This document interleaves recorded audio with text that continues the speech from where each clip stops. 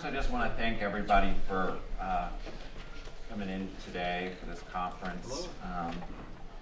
Thanks to Steve Canio, our founder of Roads to Recovery, as we enter our 10th year of service to this community, and providing an organization that changed my life, that allows me to be here speaking about things I don't know too much about, but I will do my best to make this enjoyable and somewhat educational for you. Thank you to the wonderful team I work with. And once again, to all of you for showing up, because that's what we do as peer support specialists. We show up and we serve. So thank you. You're gonna have to keep putting these on and off, on and off. So I've been told by many peers that I am real. I keep it real. And a big part of my recovery is honesty. So I'm going to be real honest with you and tell you that I don't know a whole lot about the rich history of peer support, but I was given this topic and I did some investigation and I learned some things. And to say I'm not a little nervous to be up here would be a lie. But I am in a room full of peer recovery specialists, so I'm not that nervous, because if I ask, I'm sure you will listen, help me find my voice, and empower me to make the right decision and stay up here.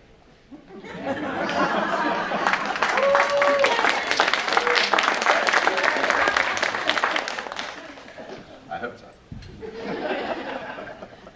So as I get to the presentation on the history of peer support, you know, all week we've been getting ready for this, not all week, I mean the last few months actually, but getting these presentations together, I seemed more concerned about what my PowerPoint was gonna look like. I mean, I was like, oh, let me learn how to do animated videos real quick, and you know, I'm gonna make this real, and then at the end of the day, I was just like, I just hit the design button and let it just fall through all 12 slides, because my ultimate goal is, of course, to give you some history, but to have you leaving here more inspired, more passionate about what we do, because we're making history here today.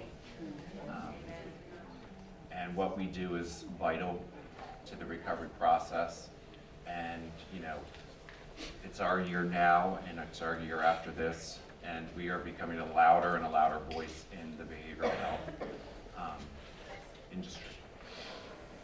So, now I have to put these back on.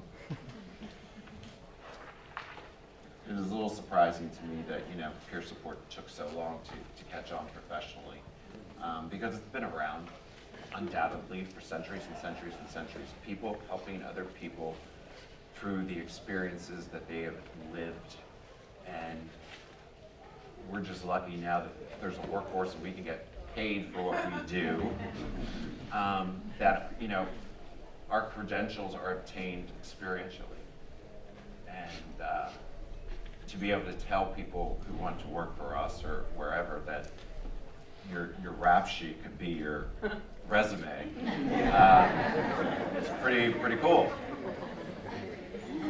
But anyway, so I traced back, actually, Larry Davison, professor of psychiatry at the Yale School of Medicine, tracked peer support back to the 18th century France, when Jean-Baptiste Poussin recognized the value of employing recovered patients as psychiatric hospital workers in the asylums. We're in the Bicetre Hospital in Paris, where the chief physician there at the time noted that these workers were gentle, honest, and humane in their care, averse to active cruelty, and disposed to kindness. Because they've been there. Because they've lived it. And that's just a key point to what we do every day. I don't have many slides, so it's going to be more storytelling after the history. So some of these mutual aid groups I found from the 18th century to the early 19th. There was the Native American recovery circles, which were abstinence-based and healing religious and cultural revitalization movements, the United Order of Ex-Boozers, one of the last mutual aid groups for addiction to fall before AA. There was the Washingtonians. They shared lived experiences focusing on the individual. Teetotalism was their goal, though. They were really pushing for prohibition and the abolition of alcohol. And then there was the Drunkards Club. I think I was a member of that. Different one, but that collapsed after the founder, Orville Gardner, who was a boxer back in the day, passed away. And without the right leadership, it kind of fell. But they reported at least 700 men recovered in this group. And it wasn't until really AA came along in 1935 where they had the right organization and the right principles and all that good foundation that AA was my pathway when I first got here. It's not now, but it was truly, I called it like going to college. I went religiously for almost 3 years, maybe a little over 3 years, and I just, how when you go to college, you learn something and you leave and you take what you learn and you go on with your life. And for me, that's how I used AA, and it was, I recommend it for anybody coming into our program, but I also recommend any pathway they choose, and we offer a wide variety of pathways. There's NA, there's AA alternatives like Women in Sobriety, or the secular organization for sobriety as well. And then there's faith-based recovery ministries like Celebrate Recovery, and I forgot what the other one was. I thought I wrote it down, but I didn't. What was that? Living Fruit. Yes. And PAL. Anybody else think of any other mutual? Mara, yes. I go to those sometimes. What was that? EAL, not PAL. PAL. I said Mara. Smart Recovery. Yep. Lots. Recovery Dharma. Recovery Dharma. We have a Recovery Dharma meeting at our center once a week. We have, what's that? Refuge Recovery. Refuge. As you can see, there's lots of different alternatives for recovery out there. So if somebody says, AA is not for me, because they don't, they're trying to shut themselves off and just go, well, there's all these. And there's Smart Recovery as well. We have every week as well. And then in the 60s and 70s, there were such trailblazers in mental health, like Judy Chamberlain and Sally Zinman. They both checked themselves into psychiatric hospitals and came out of that just kind of perplexed by the cruelty and the adverse conditions inside. Judy Chamberlain actually authored on her own patient-controlled alternatives to the mental health system. She was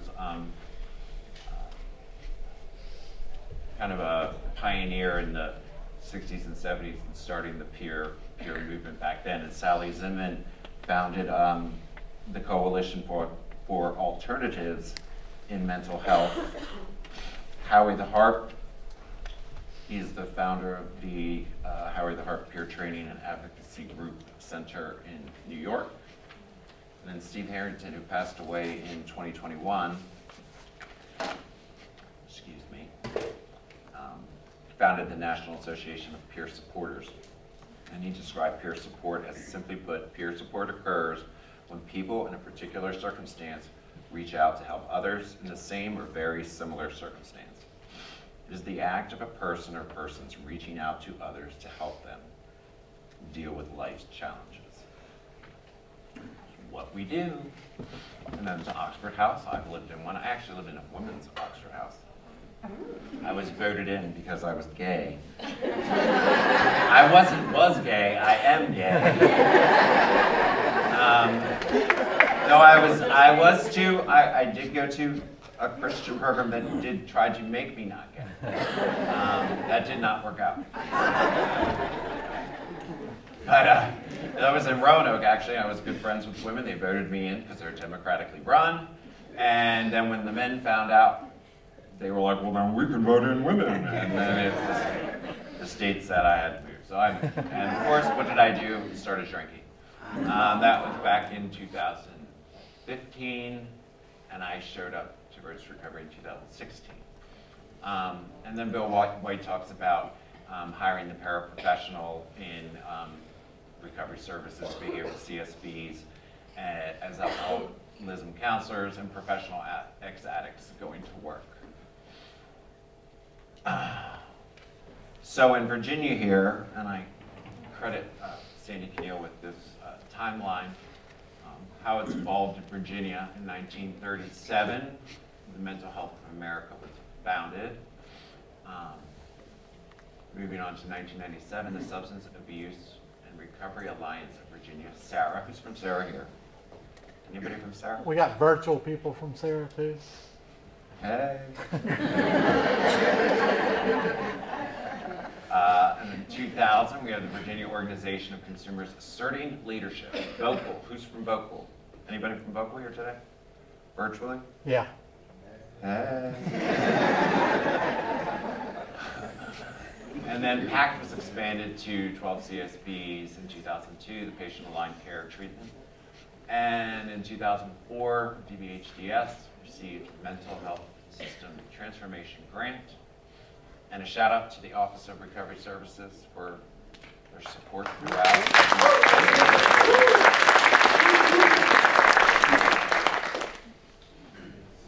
In 2008, we had the first peer specialist training events in Virginia, and the Virginia Peer Support Coalition was formed.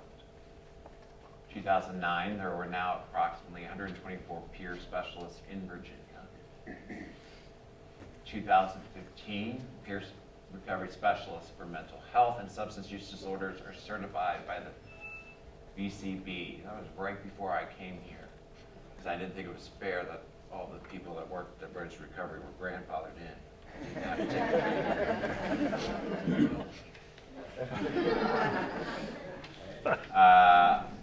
2017 was when I took the class. ORS under the GBHDS develops Virginia's Certified Peer Specialist Training, which some people in this room helped to develop. 2020, there were 637 CPRSs in Virginia as of 8/3/2020, and I told Mary I was going to call on her. How many are there now? Over 900. And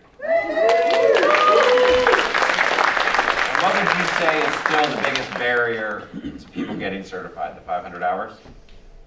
Barrier crimes. And barrier crimes, yeah. Yeah. See, we're kind of, at Roads, we have we're not as strict as some of the CSBs.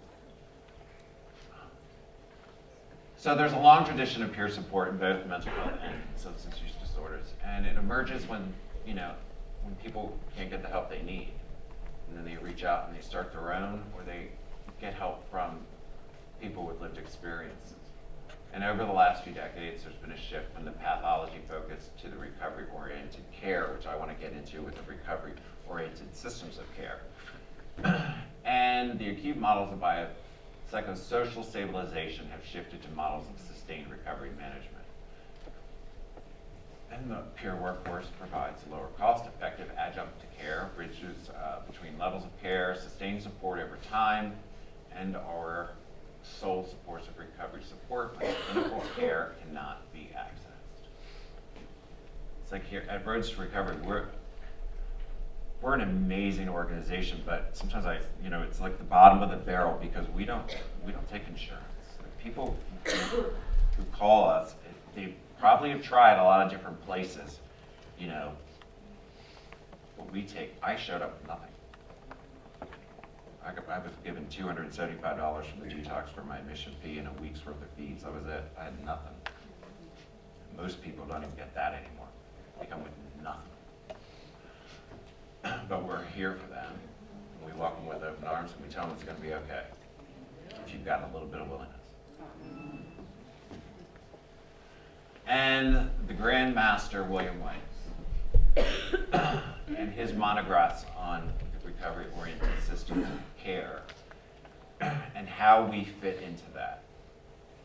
So when I was preparing for this presentation, I thought back to the William White papers and his monographs, which I didn't know too much about. But over 20 years ago, he wrote many papers, and he still writes today, even though he's retired. And to me, it seemed fitting to bring those words from 22 years ago here today when he was talking about the recovery advocacy movement and just implanting the word peer into that, because there's still a lot of work to be done. But when he was envisioning peer support and all that back then, we have a much louder voice now. People are taking us seriously now because it works. So I want to kind of, for the rest of the presentation, refer back to some of his readings, and I'm going to be taking sips every once in a while because when I get a little nervous, my mouth gets dry.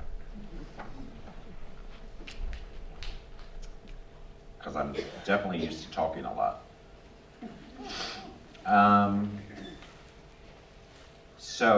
And when I was referring to the recovery-oriented systems of care and how we fit into that, he had put in his monograph at the very end, his conclusion. And this is something we are working on here in Virginia with the VRI, Virginia Recovery Initiative. There's Alethea, shout out to her because she worked extremely hard on that. Elizabeth, is it Shook? Said it right.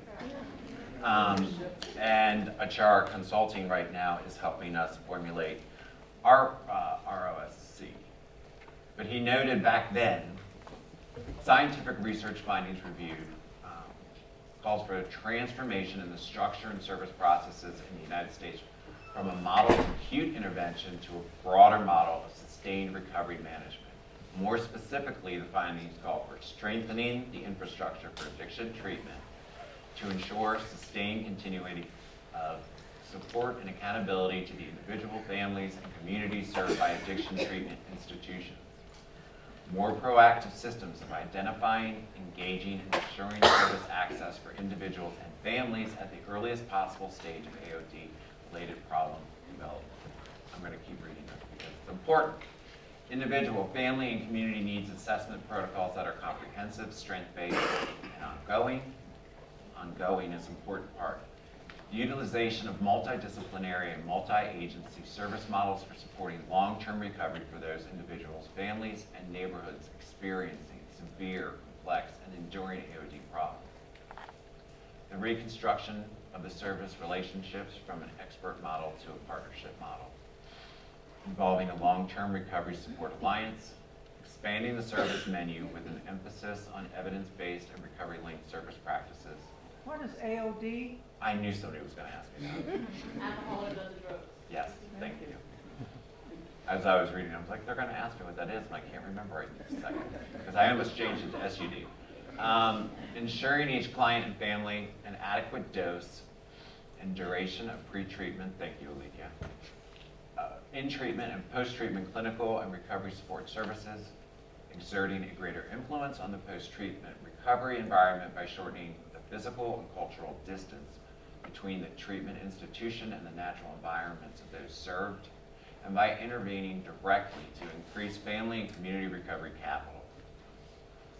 Assertive linkages of clients and families to recovery mutual aid groups and other indigenous recovery support institutions, models of post-treatment monitoring, recovery checkups for up to 5 years following discharge from primary treatment, ongoing stage-appropriate recovery education, sustained recovery coaching, and when needed, early re-intervention, and the system-wide collection and reporting of long-term post-treatment recovery outcomes for all individuals and families admitted to addiction treatment.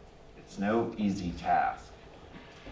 I know that when I first started going to VRI, we were talking about recovery, we're in systems of care, and it's just now that we're really getting together and putting things to work. Because it does take a village, not to sound cliche, but so that comes to why us? Why do we need this workforce? Because if you look at all those bullet points there, peer support is throughout. Each one of those, you can put a peer support in. And that's really important. So why do we need this workforce?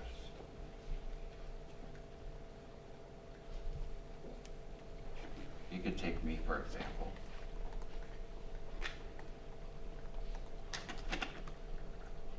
At 46,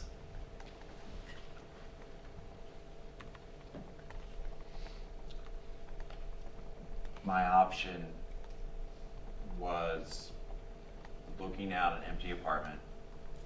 I'd sold everything to keep getting high, keep getting drunk. And the only thing I could think of as an option was the Roanoke River I could see through my windows. And it's true, I never thought I would get to that point, but I didn't have the courage. And somebody came and found me and took me to detox, and I wanted to go to some 2-year program locked in. I needed to be locked in because I could not be free. I liked hospitals, but I couldn't stay there forever because I didn't have insurance. And they said, you're going to Roads to Recovery. And I said, I don't want to go to Roads to Recovery. I'd already been to Lynchburg. And I just didn't think Lynchburg liked me. Me. And they're like, well, that's who has a bed and that's where you're going. And I said, okay, can I get a haircut? And they said, sure. And they put me in a car.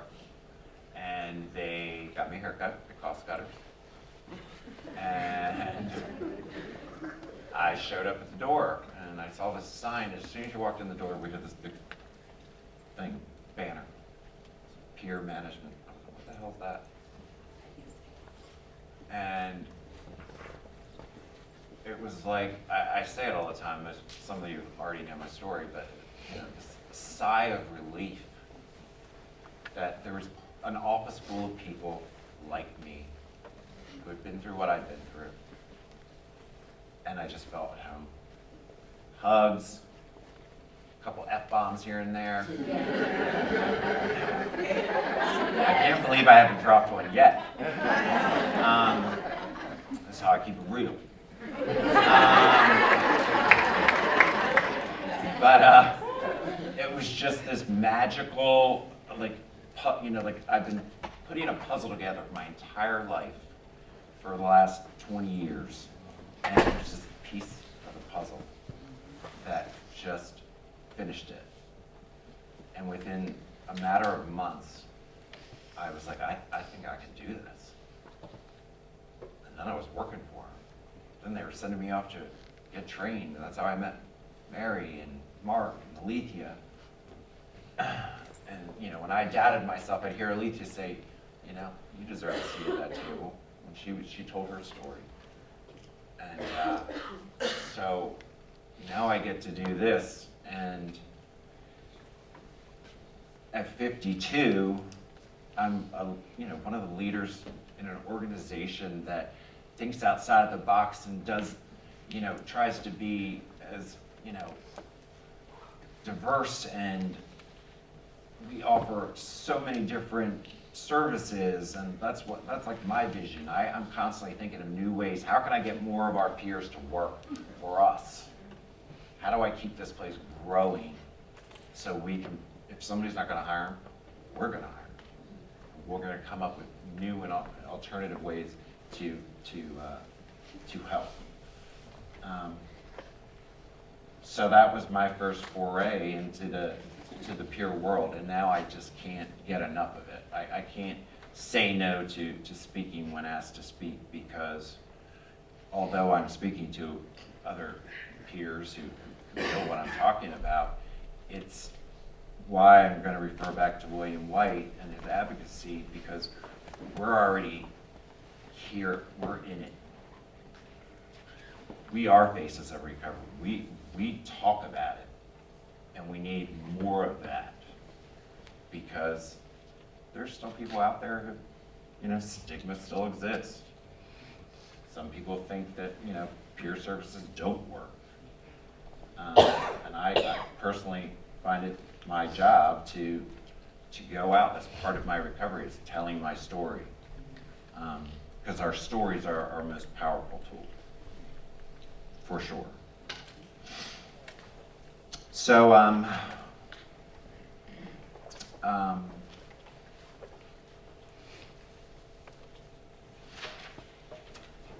the hero's tale from William White.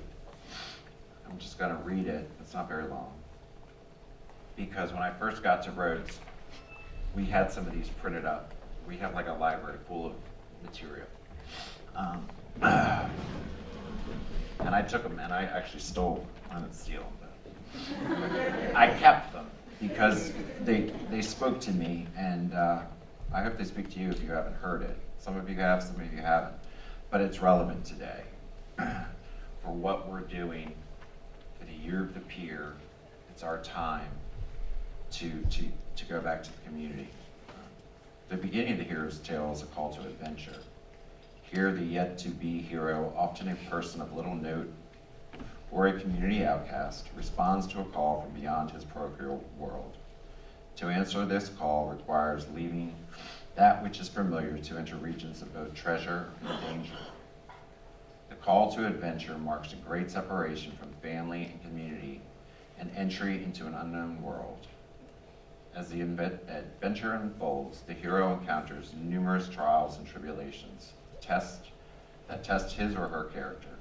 Eventually, the hero experiences an ultimate test. It is here that the hero is swallowed into the unknown and would appear to have died. But the hero, often with the aid of a personal guide, finds a way to escape, whether from the labyrinth of the monster's belly. The death experienced by the hero turns out to be not a death of the body, but a living death of the ego.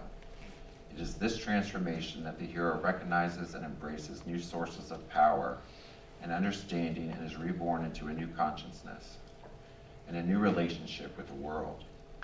The central part of the heroic tale involves the acquisition of new knowledge that turns out to be as much a rediscovery as discovery. The powers sought and dangerously won are revealed to have been within the heart of the hero all the time. And how many of us, like guys in our house, people see us addicts as criminals. They see all the bad and don't see the real person underneath, because we're only bad when we're in the throes of our addiction. Like, I would never have done half the shit I did had I been sober. But the most difficult stage of the hero's journey is the return home. This is a stage of re-entry in the community that was left behind, reconciliation between the hero and the family community, and a stage of service through which the hero delivers the gift of his or her newfound knowledge to the community. To complete the heroic journey, the hero who left the community as a seeker must return as a servant and teacher.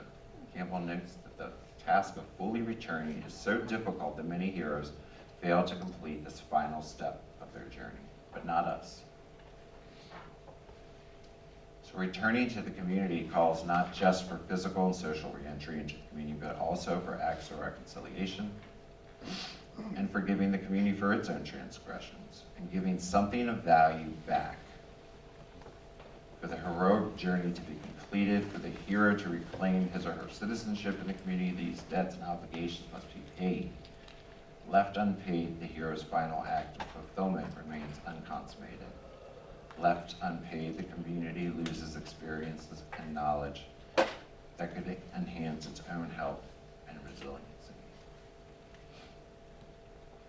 The boon of the heroic journey can be offered individually through acts of restitution by carrying a message of hope to others, sharing one's story, and by modeling the lessons contained in the boon, practicing recovery in our daily lives. And yet the questions could be asked: have recovering people as a group fully returned to their communities, or are they hiding within those communities?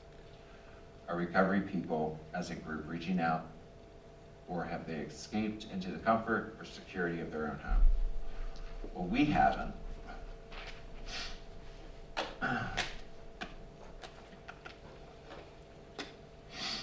5 ideas about recovery need to be inculcated within communities across America.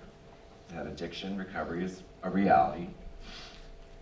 There are many paths to recovery. Recovery flourishes in supportive communities. Recovery is a voluntary process. Recovering and recovered people are part of the solution. Recovery gives back what addiction has taken.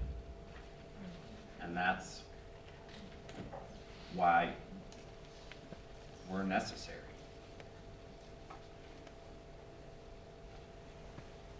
It says here, what makes those in recovery unique is that in the face of utter personal destruction, have not only survived, but been reborn, often with decades of life to live, to serve and to teach. And they speak of the importance of living in the present, acceptance, paying attention, awareness, listening, which is hard for me sometimes, empathy, respect for elders, recognizing oneself and others, relating, connectedness, creating community, participation, belonging, acknowledging limitations and imperfections of character, believing, staying focused, accepting the limitations of time, paying debts, saying I'm sorry, saying thank you, telling the truth, telling one's story, respecting privacy, keeping promises, laughing, celebrating, avoiding complications and distractions, and doing one's duty, giving and helping, and accepting differences. What do you think of that? Anybody? Has anybody read that story before? I didn't read the entire story, but.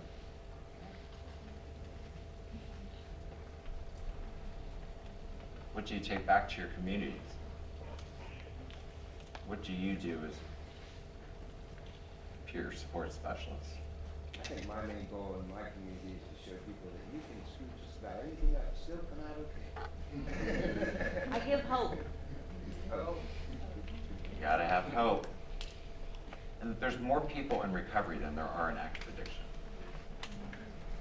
That's important.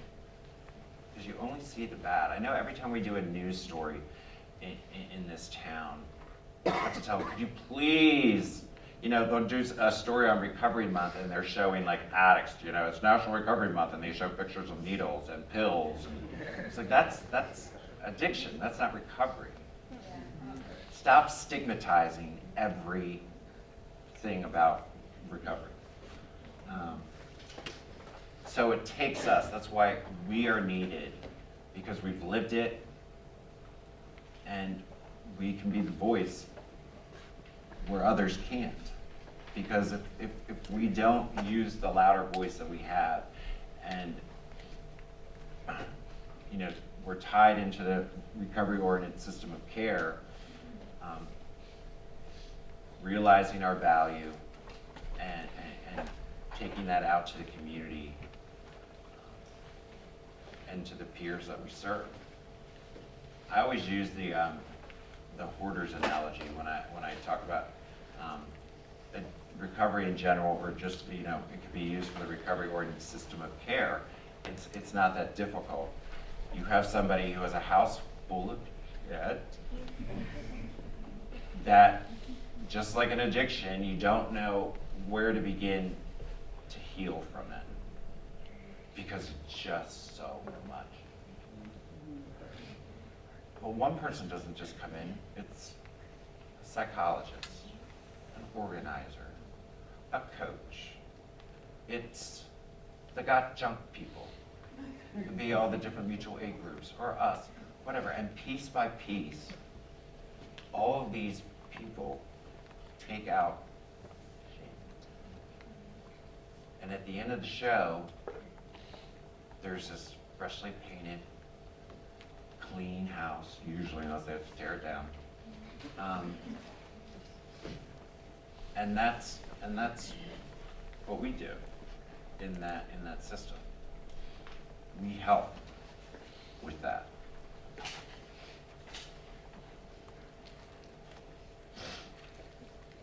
And then William White talks about the 8 strategies.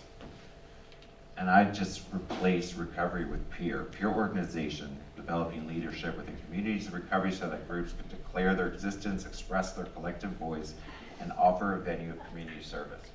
And I'm talking about this because it's a year of the peer. This is our year, while we've got the swag and all that, to go out and really talk about what peer support is, to advocate for ourselves and for this life-changing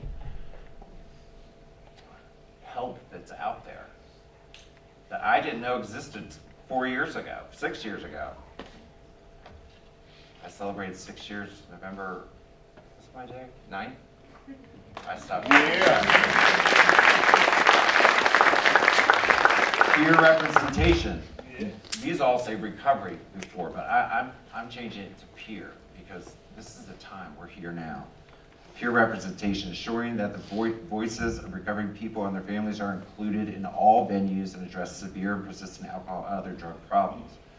Peers needs assessment, identifying obstacles. What obstacles do we experience? What can we fix?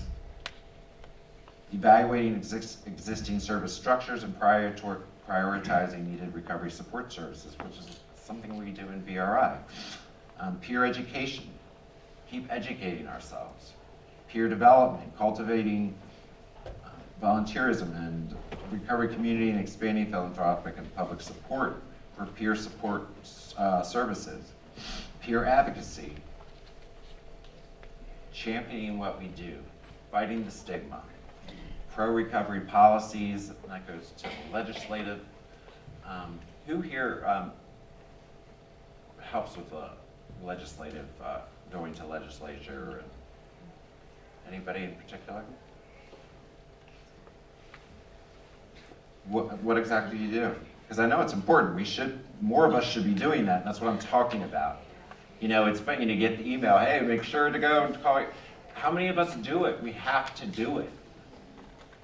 What, could you enlighten us on? Sharing my story. So there's a topic that we're focusing on that we need the legislation to pass on to support the work that we're doing or to support the resources that we need, the funding, and bringing it to a personal story, a personal experience, puts it in a different light for a lot of the legislature folks because they may not actually have that direct experience. So when they hear from somebody who does and how it's going to impact me personally, they tend to have a different perspective on it. So it's a lot of storytelling. It's just like with anything. It's like when I tell people I'm gay, not that I have to really tell anybody. But once they know you, their views change. We've got 2 brothers in our program who I work with every day. I kind of supervise them. And they are just, from Bedford, country boys, and, they have a newfound appreciation for gay people because they know me. But before, they were like, I gotta tell you, if I hear anybody call you anything, oh, kick their ass. But that's, us telling our stories, going to the legislature, telling our stories. What I find hard to believe when you talk about the legislator, like if they don't have any, everybody I talk about recovery to, everybody knows somebody. So don't give me this, I don't have anybody in my family. Because it's just, somebody who does. I have not told one person about Roads to Recovery or my recovery story that didn't say, oh my God, can I have a card? My brother, or my, girlfriend's sister, it's just, and when I was going through these, I just thought, this is the year to really open up and get the word out even more than we already are. because some people are thick.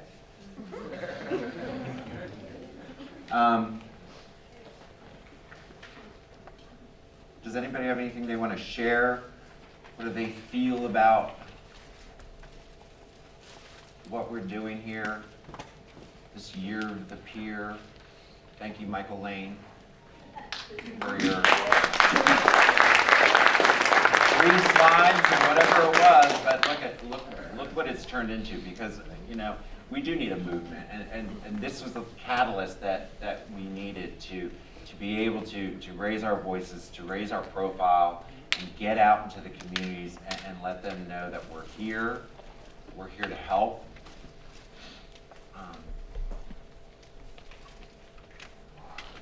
It means so much to me, and I'm more of the business person at where I work. I don't really interact with peers as much as, say, these folks over, my team members over there. I like numbers, and I like, but my mind's constantly focused on how to keep us going and sustainable and changing people's lives, and to watch the transformation of, most of these people here came in the program after I did, and now they work for us. And that's an amazing story, and it's a testament to the power of peer support, and why all of you who showed up today, are really important. I don't have too much else. I do have a video I wanted to show you, and it kind of goes back to the recovery-oriented system of care. It's hard to keep saying that over and over again, but Hey, it's a Mark. big deal what we're working on. Yes? I'm going to interrupt you. We have a hand over here. I know it's hard to see. on I'm the sorry. stage. Bills. Oh, Michael, Buffalo Bills. I'm Robin from Honor Ona Roanoke. Hey. And our organization has been there, it'll be 30 years this November. So we've been there and, working totally peer run, and we're still like the best kept secret in Roanoke. We go by word of mouth. The CSB knows about us. A few providers know about us. We go to as many communities as we can. But we just don't have the staff to do a ton of outreach and go here and there. I have contacted every news station whenever we have an event or a big deal. Or last year we won a Disability Impact Award because we stayed open throughout COVID and provided services. This year we're nominated again. And, I guess the frustration comes that I go and talk about wherever I'm at, even in the grocery store, and people say, well, what do you do when I'm buying supplies for the center and I'm, buying a number of things, multiples of things, and talk about it with individuals and say, oh, can I have your card? I know somebody who needs services like you. But the frustration comes in how do we get the word out when, we've been there. We've been there doing this. The evidence is there. The notes and thank yous come in from people. I have half my staff is here and the other half is listening on Zoom. Hey, folks. And my challenge is for people to still come up to me, even professionals or whatever, and say, I've never heard of you before. We're like the best kept secret in Roanoke. However, we've still been there. So I hear that. I just had somebody come up to me today. I was like, we didn't even know you were there. And that just amazes me because we're on a heavily traveled road now, and with the sign and a big logo, and I'm like, how do you not know about us? Mark, any answers to that question? Why aren't these organizations? What else can the state do to help promote? I mean, recovery's everywhere. It's not just the CSBs. It's these mom and pop. And I'm not attacking it all. But seriously, it's to this day I still get Rose to Recovery. Where are you? I'm like, well, we're online. We do all the right things. We do community outreach. We do. It's do people not want to see it, or only see it when they need it? because it baffles me. That's what I'm really asking. Like, what is it? Is that what it is? That people just don't want to see it unless it's needed? And that, go ahead, Sandy. We need to do an event together with Robin this year, during Year of the Peer.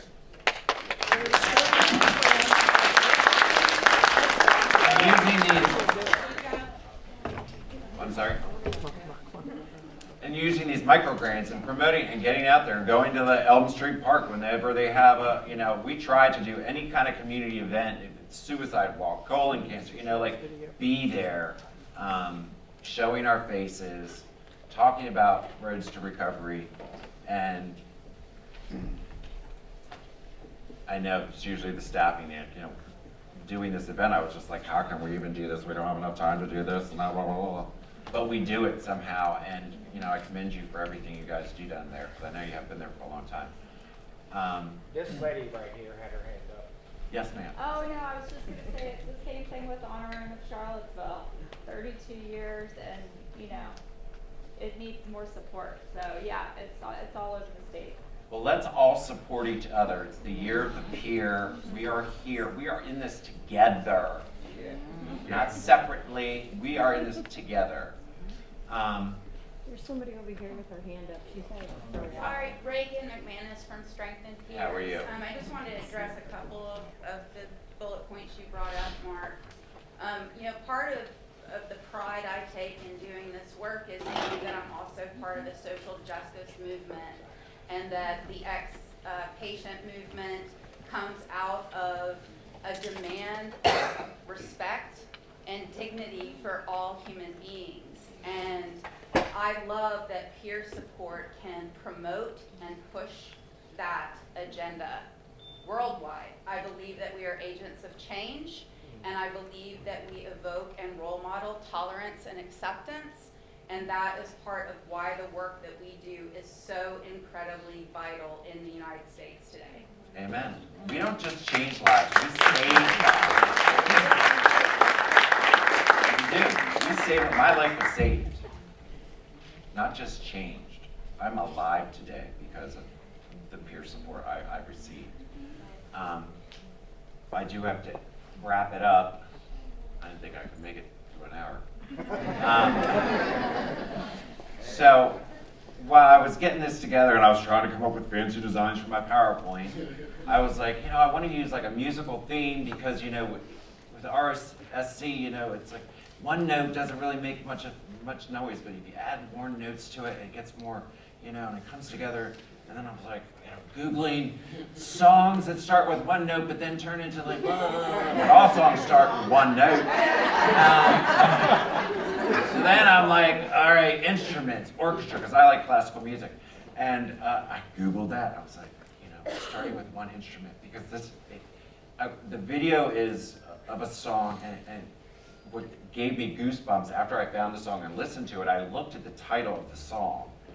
On YouTube, it was like one of five that start with one instrument and gradually increase. And it was from a Norwegian play called Peer Gynt. Peer Gynt. And it's about a Norwegian peasant boy who, like in the hero's tale, leaves his town for wild adventures, and all of these adventures turn into disasters until he comes home and is redeemed. So it's like a mirror of that, and I got goosebumps. I was like, that's too weird. I didn't say it out loud. So I'm going to play it, and I hope by the end of it, the impact that you feel is the impact that we give when we are working with peers and working together. Because we don't hear it, I just relate to how each instrument is playing a different part, and they all come in to create this beautiful short song. It's not very long. And you just watch them, and they're all doing different things. It's for the one common goal, to create this beautiful piece of music. And what we do is create beautiful recovery for this state, for each person that we deal with on one-to-one basis. And I know it sounds kind of corny and mushy, but that's just who I am most of the time. Believe it or not. What do I have to do, Brian? Oh, don't believe it. Yeah, click on watch on YouTube. What do I do? Use your mouse. Pull down out the keyboard. Down on, there's a drawer. There you go. There you go. Now we're going to skip it. Close it out and reopen it.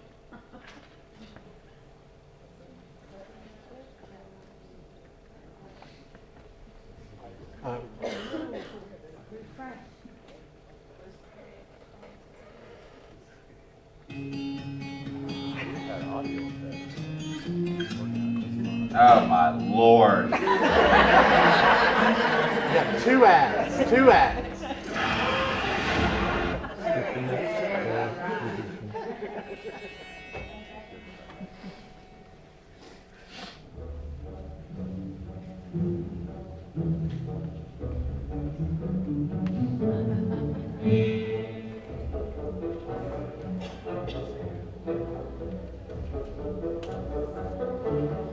Getting chills?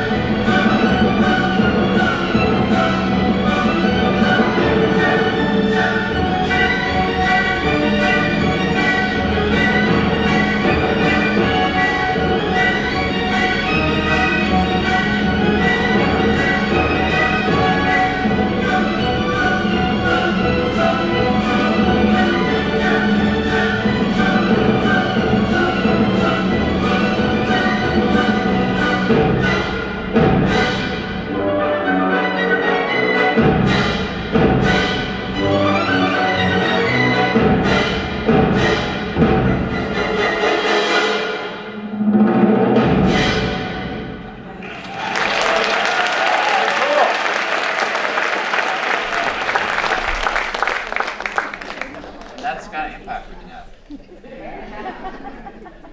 Your theme song. Well, thank you all for listening. What's that? Stages of addictions, what she said. Well, thank you. I'm going to bring up, I guess you have a 15-minute break. And then David Lewis, my coworker, will be up here after your break.